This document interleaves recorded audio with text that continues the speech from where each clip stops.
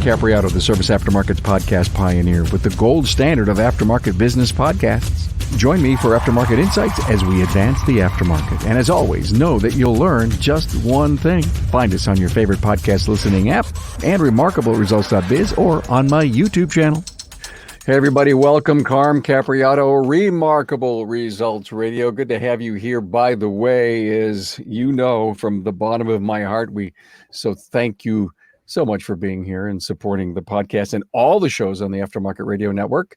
And welcome Craig O'Neill to Effective Communications Podcast. You'll find it in your stream or on your favorite podcast listening app. Type in Craig O'Neill Effective Communication, you'll find it.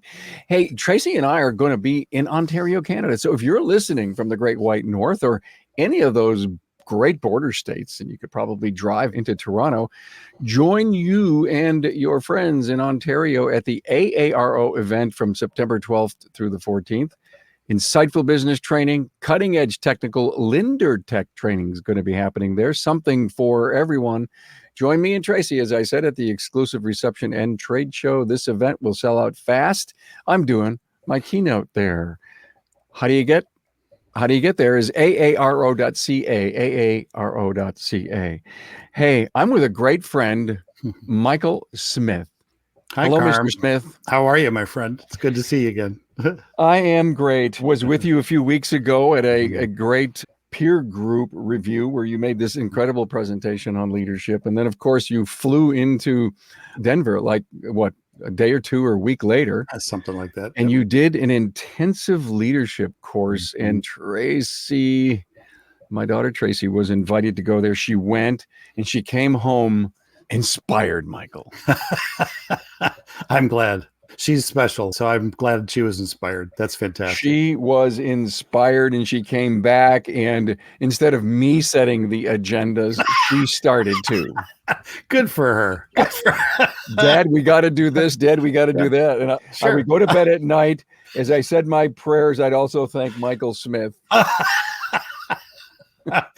Well, as I said, I love the work you both do, and Tracy is fantastic. And it was a joy to spend the 3 days with her. It really was. So I'm glad she came home inspired. That's wonderful. Yeah, she was, and thank you so much. And anytime anyone, basically, I don't even know if you have to be an Institute client. Nope.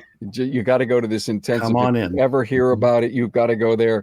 With all the people that Tracy met and was a participant in the class, Michael, she said that everyone walked away inspired beyond their expectations. So obviously I've heard you speak before, and it's always great. And it's always great to have you on the podcast. And one of the things that I did when you were in Buffalo a few weeks back, I gave you this paper. You did. My declaration, the rise of the mechanical and technology specialist. And I just basically said to you, Michael, read this and give me your thoughts.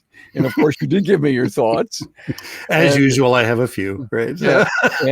And so after he got done giving me his thoughts over a Zoom call, I said, would you come back on and for real, let's do an episode and talk to me about your perspective on this language shift that we really, I think it moves our level of professionalism in the industry about 10 notches. Sure. Couldn't agree more. Your paper, it was a great privilege to take a look at it. And it was fun to sit down and visit with you about it. As you know, I came from outside this industry about 8 years ago from the big name consulting firms working in the Fortune 500 as clients. And when I got here, one of the first things that struck me was, I guess, the perspective that we have of self inside this industry. I think it's probably old truth tapes, if you will. You mentioned truth tapes coming out of the Leadership Intensive. It's what we have in our minds about our industry and what we do for a living and how we're seen by the public and how we're treated by some customers on a daily basis. And really, your paper touched that nerve. And that's what you and I started talking about was our truth tapes. What we believe to be true are how we behave. It's how we believe. It's how we speak. And my personal opinion, what you and I talked about was your paper fed right into that. It's time for us to pause and think about, in my opinion, how we think of ourselves and what does it mean? Because we behave as we believe. What we believe is what we deliver to the world. And we're going to deliver according to our truth tapes, according to our mindset. And I will tell you, coming from outside the industry, one of the reasons I'm here is that this industry is going through a revolution at this point. It's not going to be mom and pop shops 15, 20, 25 years from now. Consolidation's going on. The number of players is going to shrink dramatically. The size of each player is going to increase dramatically. And we have to start thinking differently. We expected maybe a decade from now, the private equity people would be here interested in the larger players, and COVID made that move faster. They had struggles with some of their other investments, and they started looking around at industries that you can make a 20%, 25% net, 30%, 30+% on an ongoing basis, good economy, bad economy, and they sort of woke up to the fact that we're here. And they look out and see a great untapped mom and pop market that is ripe for one, either development or two, exploitation. And I'm not going to put a bad spin on it. Our whole perspective.Carm is this mindset shift that we say, look, we have a beautiful industry. We have to put it together in such a way that we remain directing the future of where we go, that the finance folks don't show up and tell us how it's going to be, and we just move into it opportunistically. So it's back to what we think. How do we see ourselves is where it begins. I think we need to raise the bar on the value that we bring in the economy and in society. I think we need to start using different language very similar to what your paper talked about, and see ourselves at the level of sophistication and difficulty, I think, that our industry runs. And I will say this to people constantly, other than the diagnostic practice of medicine from a doctor, this is the most complicated small business I know. And when we master this thing, we are doing quite something in the business world, and we do not see ourselves that way. And we need to get our minds around that. We really need a mindset shift in this.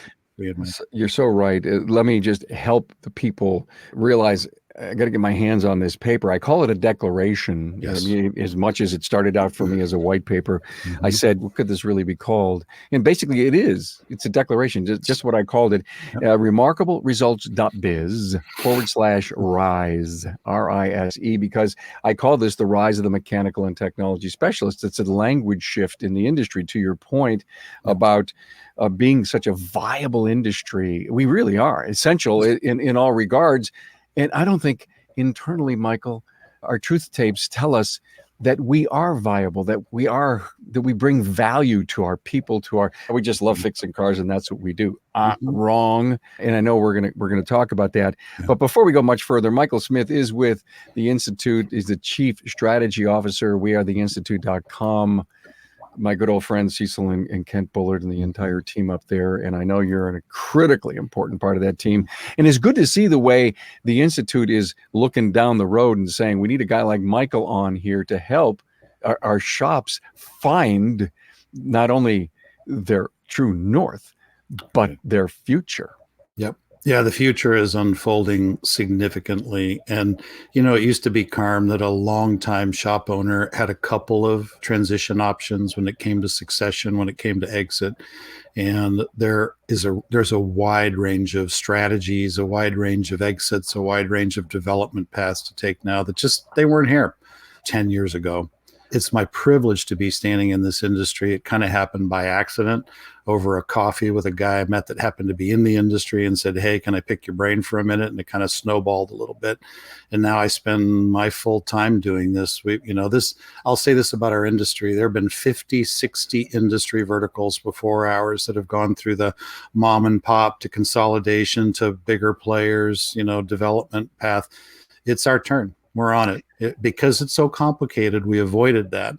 We didn't avoid it. There were easier things to pick up, right, from an investment perspective. And now it's our turn. It's our turn. The baby boomers are getting out, and these businesses have to go somewhere. And so here we go. Michael, talk about a language shift. I don't like the words mom and pop. I understand. And I've told this story in other episodes, and let me give you a minute on this. I was at a college, and a bunch of independents, and I was there because I'm on the advisory board, and we were introduced, this group of legacy quality independents in Buffalo were there, and they were introduced as mom and pops.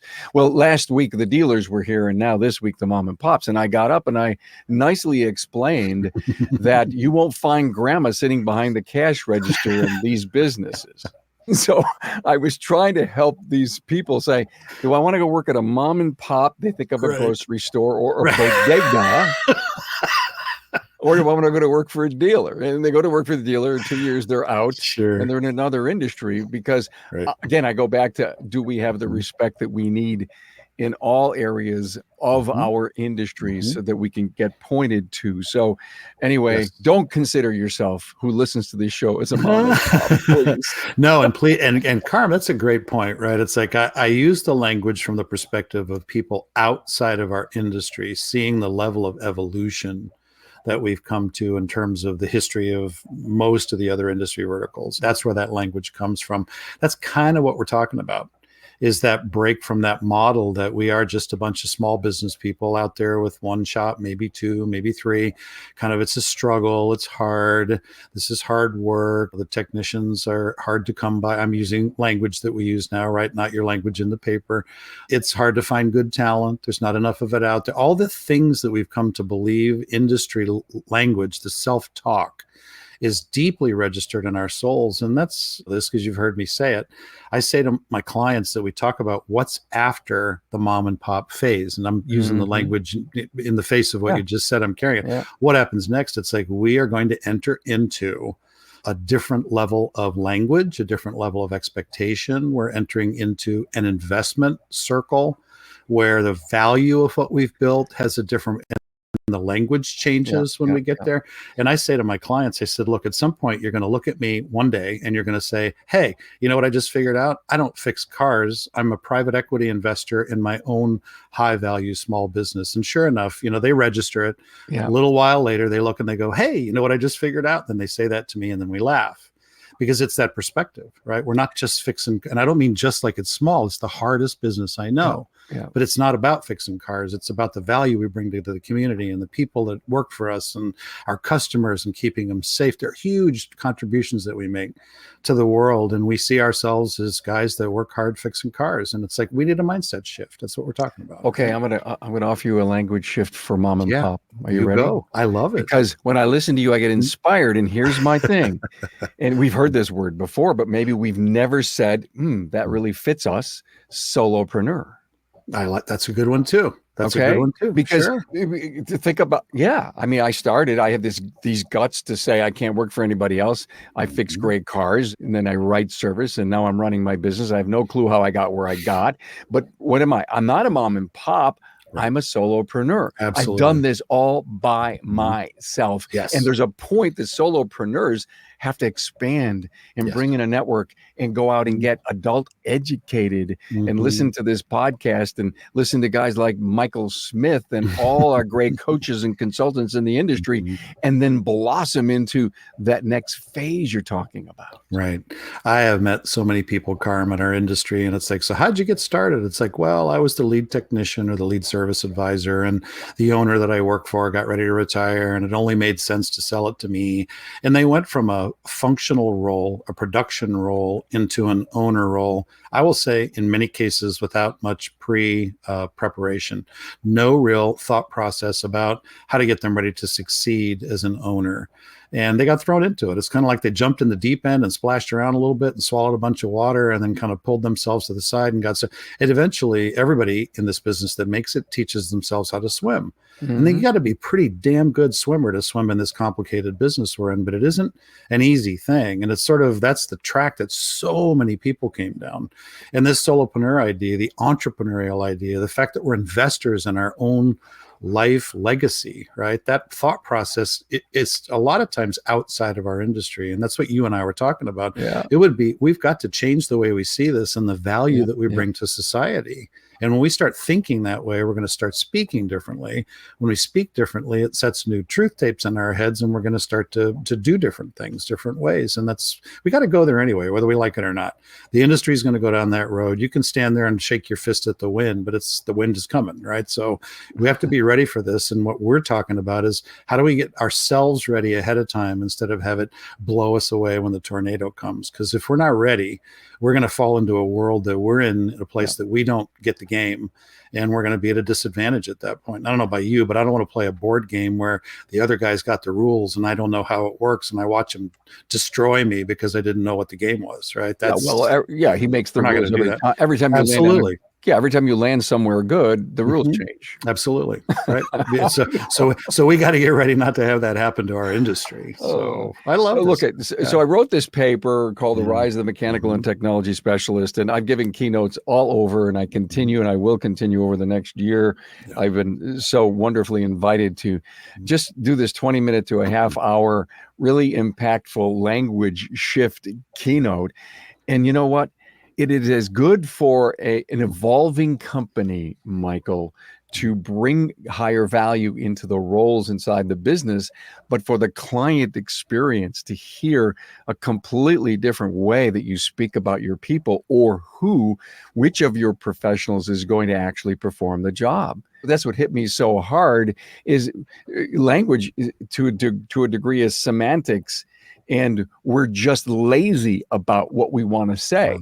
We say mechanic, we say tech. Tech means nothing. Mechanic has a bad name because Hollywood has not helped us out. And so I sat down and was inspired to figure out, what could we call our mechanics and what could we call our wrenches? And I decided to call them mechanical specialists, and the guys that are the brainiacs. And I'm not saying that they're any better than mechanical specialists, because I adore someone who can do the best brake job with no comebacks and timing, all of that. They're so good. This is what they want to do. They don't want to play with electricity, and they don't want to brainiac and work and research, but those are technology specialists, because that's what we're working with today. Nothing but technology. So thank you for saying, hey, Carm, you got something here. Yep. Yeah, I'm gonna add one psycholinguistic concept here, right? This idea that the words themselves carry meaning. And believe it or not, the human mind works this way. I go to my truth tape and I say, I'm going to use this language, I'm a mechanic. It's like, okay, fine. I speak that out of my mouth. When I speak it out of my mouth, I hear myself say the word mechanic. That validates what's on my truth tape, that I'm a mechanic. These cycles are like tornadoes. They just keep going around.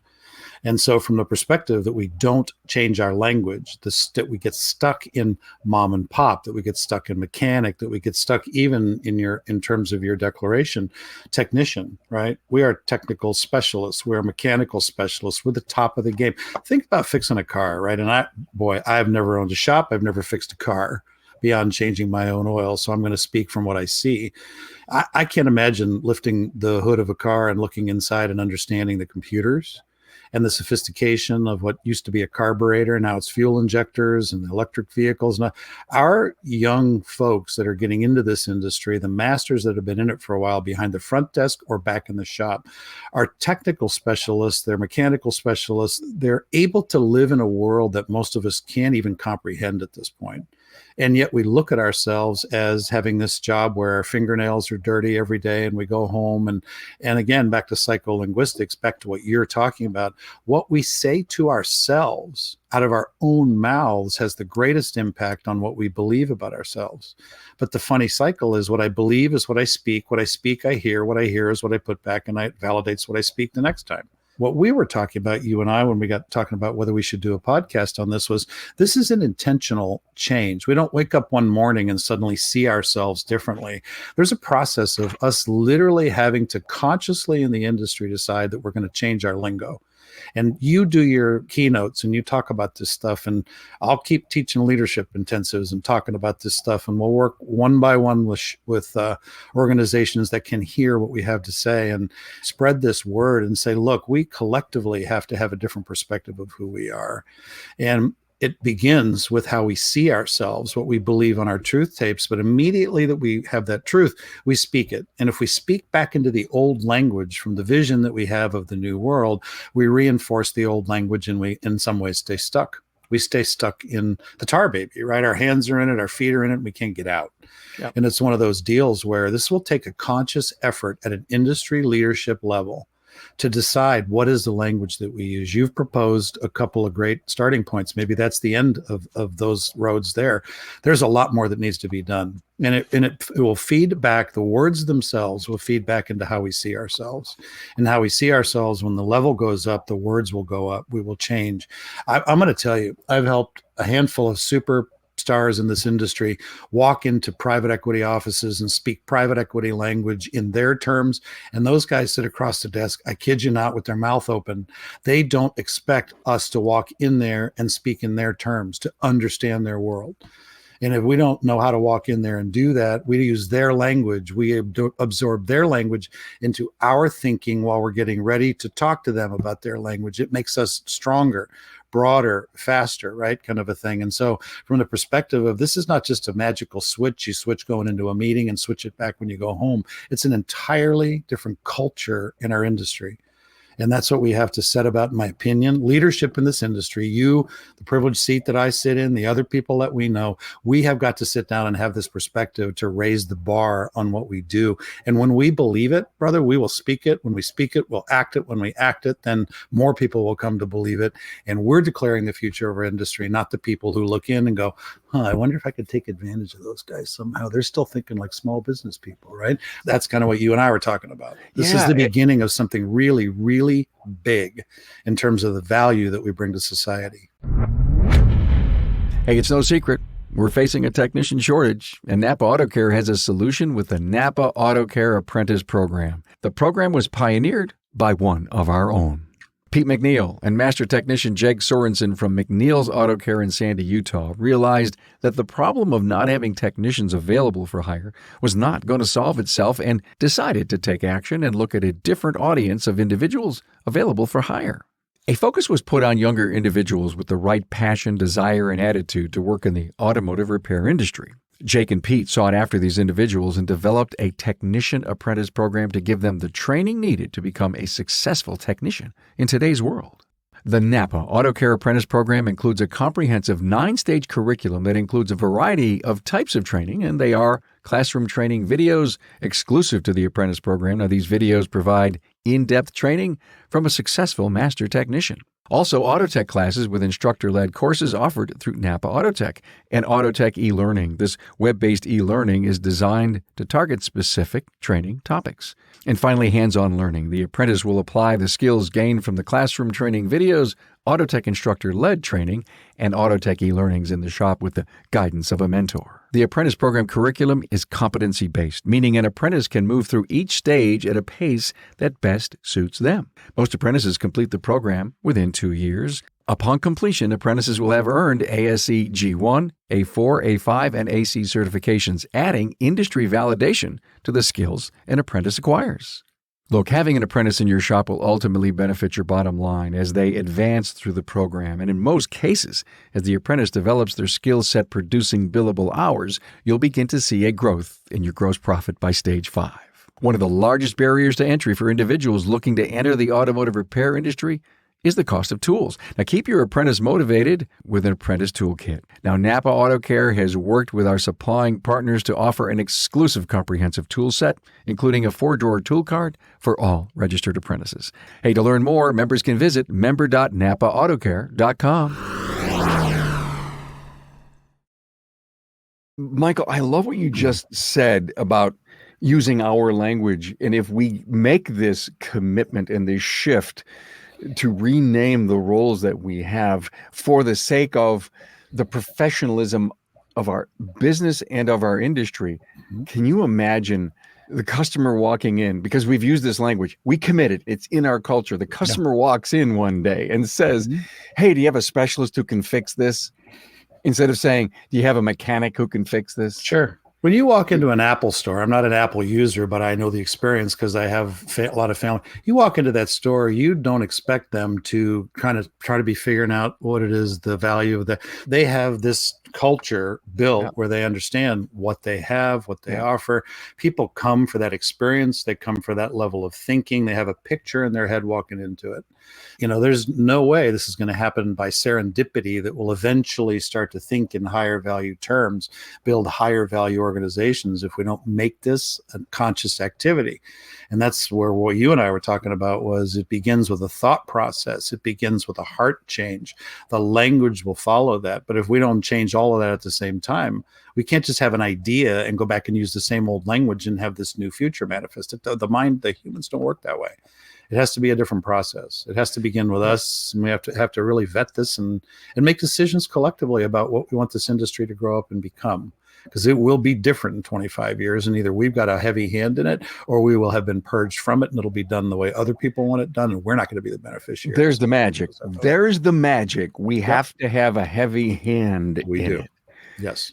There's the magic. That's why you can't give up on being a perpetual or continuous student. Right. We can't relinquish this to somebody else, hoping, fingers crossed, that somebody will have our best interests in mind. That is not the way the world works, right? We can try to force a win-win, and we can engineer that by staying in charge of what we allow people to come and support us to do. If we turn it over to somebody else and say, hey, do your magic and take care of us along the way, right? Yeah, that's not really the way things normally play out. We have to stay in front of this. And what you and I were talking about, we have inside the industry, when we know what we do, the best place for this to have a genesis is inside, not outside. And we should do this ahead of time, not reactively as we roll. And, this game's on, and I call it a game, not because it's light, it's a heavy duty game, but it's played like a strategy game. The private equity guys are here, and there's some pretty big ones too. And there's a lot of zeros flying around, and people who have their act together can get out with a lot of money in their pocket, and that's okay. Not everybody wants to do that. It's not a happy experience necessarily to go through it, nor the outcome is happy. Why? Because those are the people who turn over to the other guys and say, whatever you want to do, tell me my role. They tell us, we do it, and then they win. And it's not like they got our win in mind, right? We have to be on the winning. We have to be on the strategy team. We have to be in the boardroom. We have to be sitting with them. I tell our guys, look, if you're going to talk to private equity, you need to remember something. And I'm not saying you have to go private equity, Carm. I'm talking about building a value-based business that makes sense in the world. And we're only using them as a yardstick, right? If you walk out there and talk in our terms, they're going to look at you like you don't know what you're talking about. We go out there and say to them, look, we've built a project that you guys need. And they start to light up and they say, what do you mean? And we say to them, we know that you have a couple of $100 billion, close to $300 billion of what they call dry powder. That's money that's in their investment accounts that they can't find projects for. And so I say to the people that I have a privilege of working with in a negotiation, who has the leverage? There's more money than there are projects. We are the masters of the projects. Where's the value proposition here? Who's in charge of this negotiation? And people are like, well, look at the names on those companies. There's no way we can play their game. I said, you don't understand. They need you more than you need them. There's more money in the system than there are projects. We are the masters of the projects. Let's get ready to go.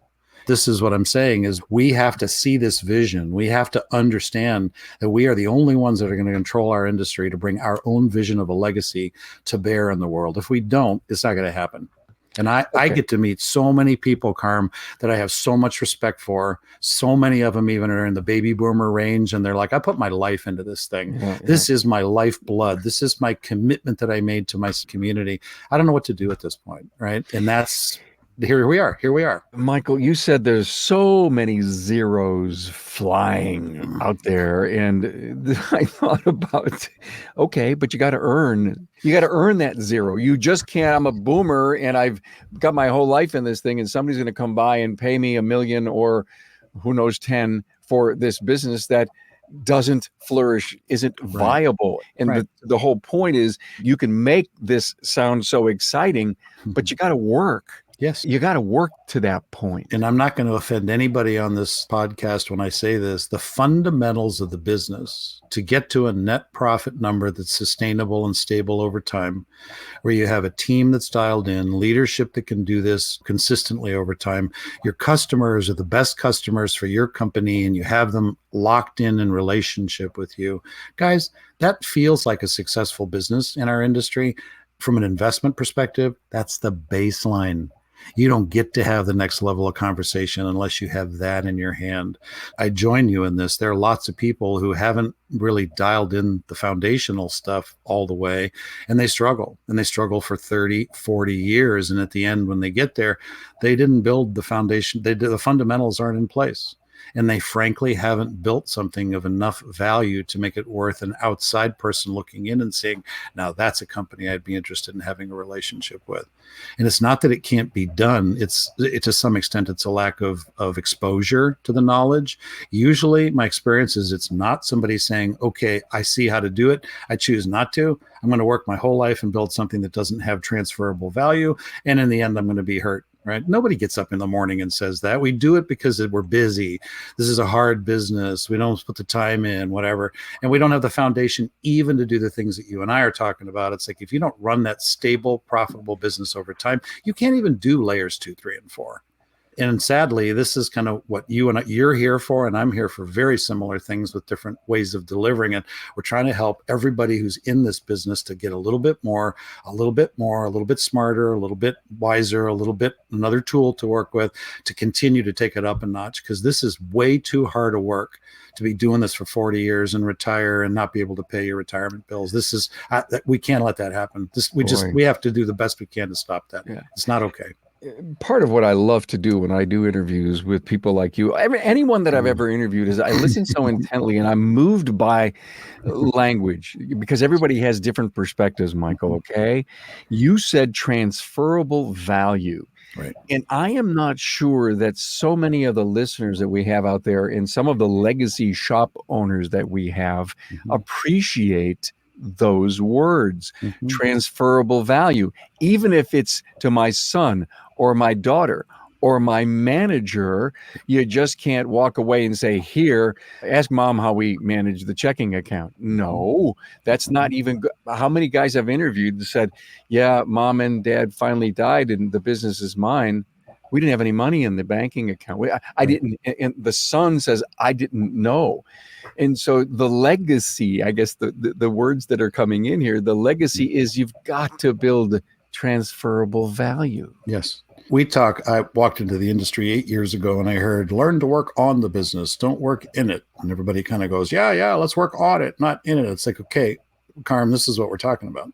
What does that mean? What does it mean to work on the business, right? Does it mean that you don't have to come in, that you can buy more mountain cabins and you don't have to show it?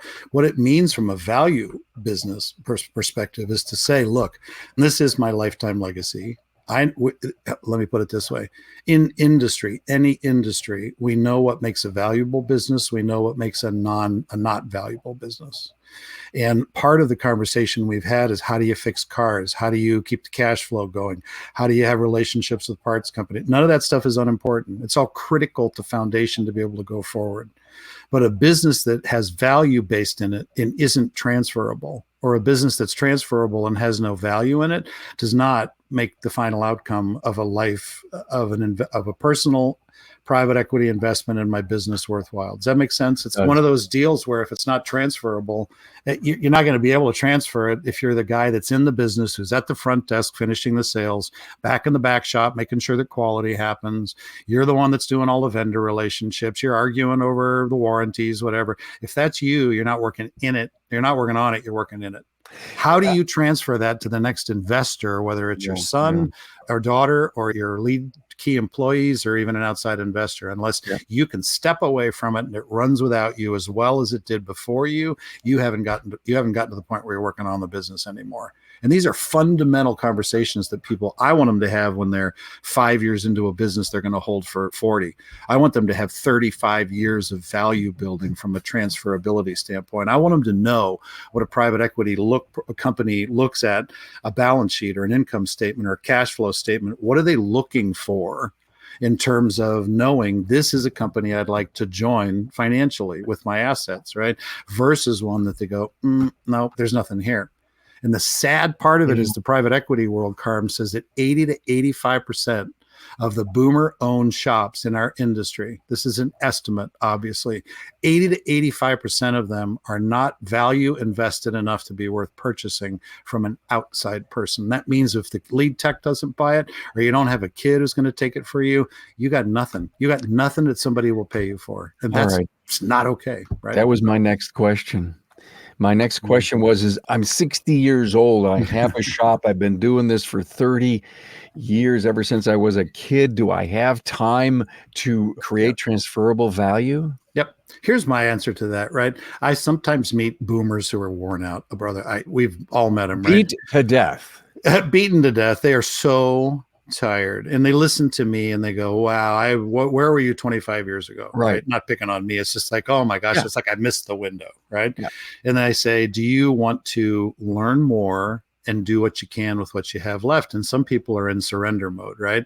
But then here's my answer to them. And I'll say it to your listening audience. This is something to think about. You might be tired and you might be ready to walk away from this, but there's a lot of people that your business helps at this point, your team, your customers, your community, right? Here's the point, your family, the families of the people that work for you, all of that, right? You can walk away from this because you're tired, lock the front door and send everybody to find another job. That's fine. If you want to do that's a strategy decision that's yours to make. It's your company. But what I say to the people at that point is, I know you're tired, but guess what? The person who's going to take it from you isn't tired. They're just getting started. These people that are next in line behind you to take whatever you hand to them are the ones that are going to be responsible to understand what's going to happen in the next 20 to 25 years. And if you're not getting them ready to take it from you in a way that they can hit the ground running with an understanding of what they're getting into and have some sense of how to succeed, frankly, you have not done them justice. You haven't helped them. The old school way of doing this, you did for 40 years, you can walk away and call it done. The next 40 years ain't going to look the same way, and it isn't fair to hand it to your key employee with no knowledge of what they're buying into, not just how the business is run, but where the industry's going, and no strategy, no plan, no concept. That's just my personal opinion is that's not a right thing to do. And I don't judge people who make that decision. It's yours to make, but I wouldn't do that. I wouldn't burden the person that I developed, I care about, hand them something that I know is like a bag of snakes. And as soon as I let go of it, they're all going to crawl off in different directions. That's kind of what we're talking about here. You got to know what you're getting. Yeah. I always hope, Michael, that some of the people that are listening to this show have aspirations to want to either buy the shop, succeed from the shop they're currently worked at, or go out and find something. And this kind of inspirative, if that's a good word, I like it, discussion that we're having, inspired, right? Inspired, discussion that we're inspired. It was kind of stupid and crazy. I like it. I love it. I love it. Moves them to a point where if they can find themselves a right deal so they can become their solopreneur, they need to do the one thing that so many people are stubborn about, is that coaching and consulting. Well, nobody can tell me what to do. And everybody that you've ever seen do a private equity deal or get those zeros that were floating out there, they didn't do it alone. Nope.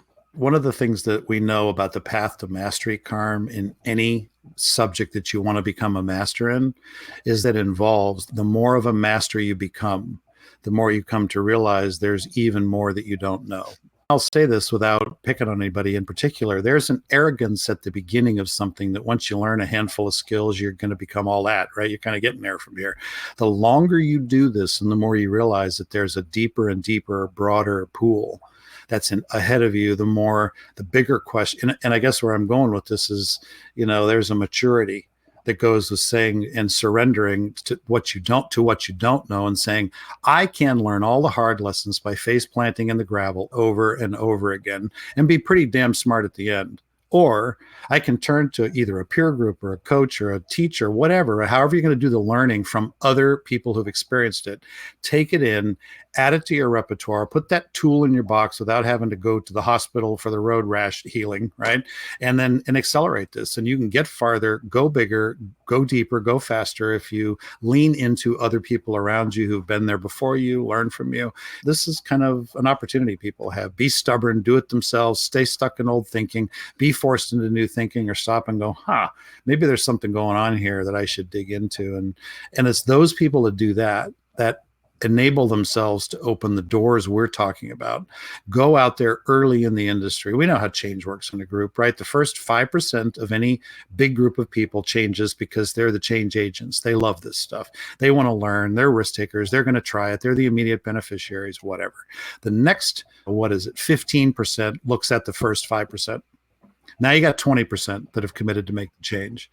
The 33% follows that. So you add those first three groups together, you're over halfway in the grand scheme, right?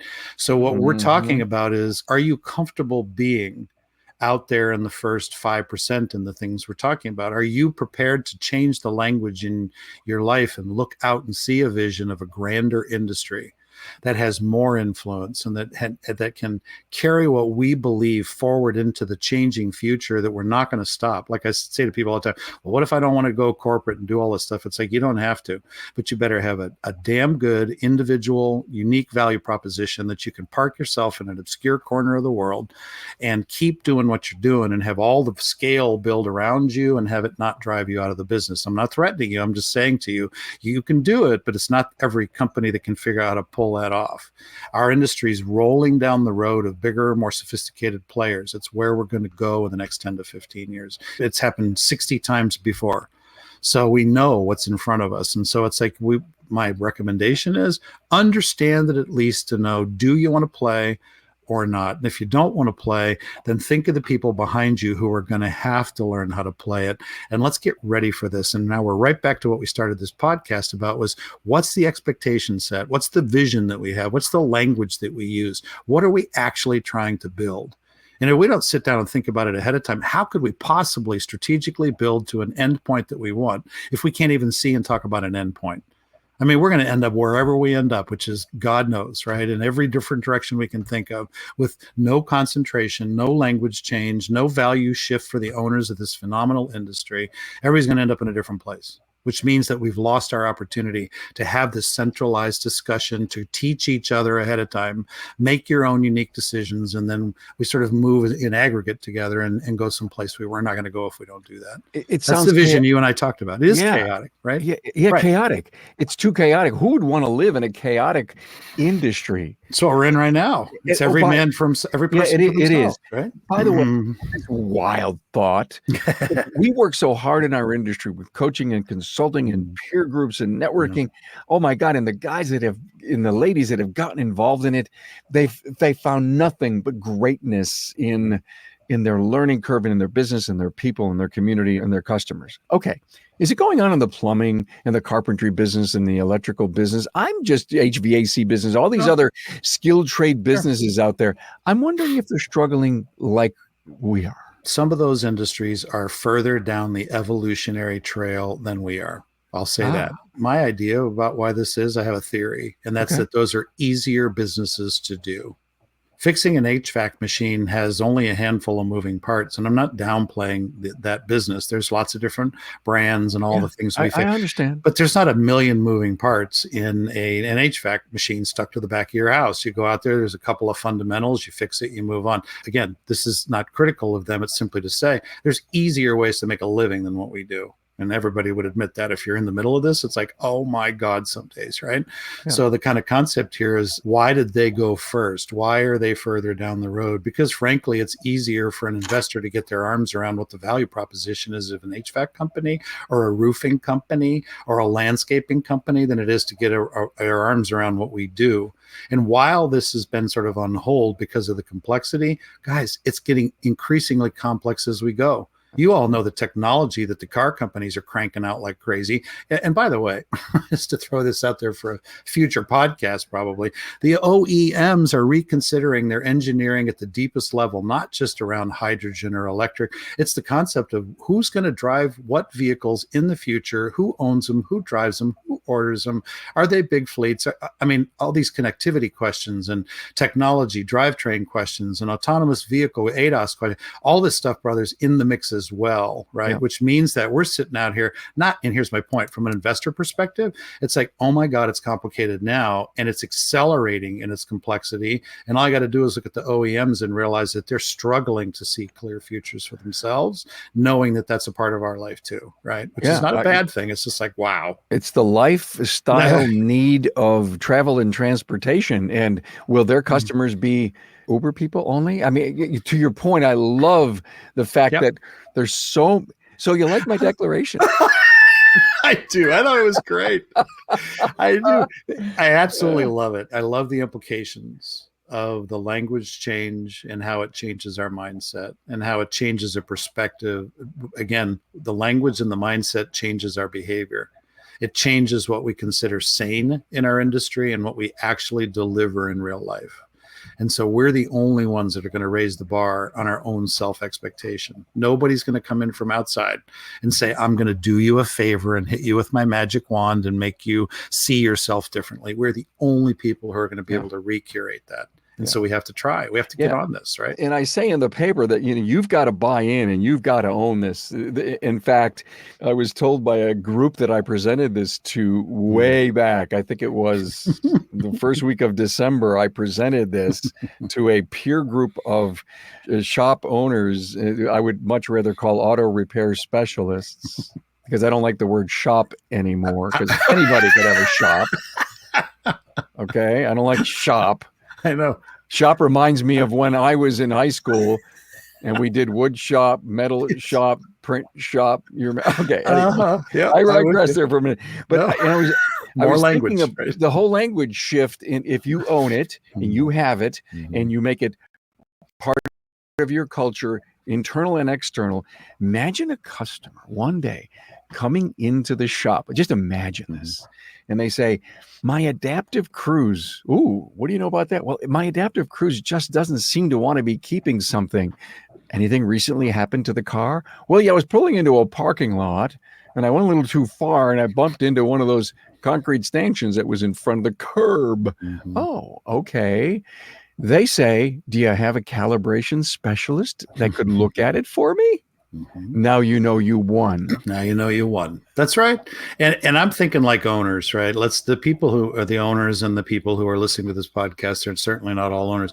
How do you see your business? What is the contribution you make to society? And this is not philosophic, too far away thinking. How we believe, the meaning that we attribute to what we do frames our perspective of the value that we bring to the people around us. And so what I always do when I start with a new client is I ask them these questions like, why did you get into business in the first place? What does the business mean to you today? What are you achieving in the world? Who do you want to be character-wise while you're here? And by the way, at the end, as far as you can see from today, what's the legacy you want to leave behind? And it's those, I want to say they're existential questions, simply meaning it's the questions of existence. Where do I come from? Where am I going? What am I doing here? And how should I be, right? Those philosophic questions that the Greeks were asking and the Rome, all these guys, right? Yeah. Those are the questions, though, that we should need to frame around our shops, because it's like, what are we doing on the planet? When we start to see ourselves as having societal value, then we're going to start to change the way we use the language of what we do, and our expectations of the value that we're building as a company, but also the value we bring to the people around us will rise. Yeah. And this is how we have to start. We have to have a distant concept of what we're doing, right? The dealership model attached to the OEMs is at risk at this point. Why? Because the OEMs are considering, are we going to sell retail cars? Or are we going to sell bigger fleets to car mobility specialist companies? And well, maybe we should at Ford and GM be the mobility company and not an Uber. This is all on the strategy table, Carm. And all I'm saying is it's like in the middle of all this, while we're driving, most people are driving ICE vehicles, and we're fixing an increasing number of madly complex brands. And, you know, whatever drives in, we're supposed to be able to master and fix cheaply and get it out of there fast. All the stuff that is difficult in our business. We have to start seeing ourselves as the masters that we are. We are beyond the complexity of almost any industry I know. And I don't know when our end time here is, but I'll say this. I say to people that you guys are some of the best business people. And I've worked in the Fortune 100 with senior level people. You guys are some of the best business people I've ever worked with in my life who run successful visionary shops. It doesn't get any better than what you guys do for a living in terms of the intelligence and the mastery that we have over a very complex industry. And we've got to start seeing ourselves that way. We cannot continue to see ourselves through somebody else's vision, because this is the truth of who we are. And that's where you and I started talking about this, was how do we get the word out and start to change this perspective that we have, because then our life will change behind it. All right. Before I give you your last word, and that could go on for 25 minutes. I was going to say let me just remind our audience that you can get this declaration at remarkableresults.biz/rise, because I call it the rise of the mechanical and technology specialist. If you're watching through video, this is the paper. This is what you can download. And so if you want to be inspired by what Michael and I just talked about and say, what the hell is this rise and what's this language shift all about? This is the paper you want to read to change your world, your life, your culture. Make sure you got your purpose right, your why right, because you can change all the wording you want, but it still may not be a great place for customers, clients to go to, or people to work at. We will put the links to the rise in the show notes for this episode from Michael. I've not only done a video and audio on this, but again, I'm giving keynotes all around and attempting to inspire in person why this language shift is so important. Now, we got together to talk about the rise, and we talked about all kinds of great stuff because you just gotta, Michael, you just kind of nudge him in one direction, right? Boom, and he goes. It's just like the road runner. So thank you so much for being here. It's always a joy. Final summary? We got to come back again. We're going to do some more shows. Sure. My daughter Tracy wants you to have on one of her shows, so I'm excited about that. Love it. So a final thought. A preliminary final thought. Print the paper, read it, everybody. I loved it. Carm handed it to me. I read it. We spent a long time talking about it, and here we are. So I do encourage you to print it, work your way through it. It's very interesting perspective setting. My final word is this. I want to encourage folks to think about what you think about our business, what you think about our industry. When you think about your company, how do you frame it in your head? How good are you at this? There's a tendency to accept industry common language and just adopt it because that's what we're taught how to do. And I really encourage people to step away from that and say, what really am I doing here? How good are we? And be realistic, right? And that's kind of my final word in a rambly kind of a way, is really pause and be really deep about what your own language is about this industry, your company, the people that work for you, the customers, how easy or hard this is. Just listen to your own self-talk. Your self-talk reflects what's on your truth tapes. What we believe on our truth tapes is how we behave. It's the life that we create. We really are creating our own futures. So start with what you hear yourself saying. That's a place to begin. It's my final thought. Just get deep, go deep, be quiet, take a cup of coffee, sit and think about it and see what you're discovering. That would be my last word. So some real personal reflection. Mm-hmm. And I will go practice that as always, Michael, inspired Chief Strategy Officer at WeAreTheInstitute.com, the Institute for Automotive Business Excellence. Thank you so much. It's good to see you again. Absolutely. Same here, Let's do this again. I see. We will. Okay. Bye, everybody.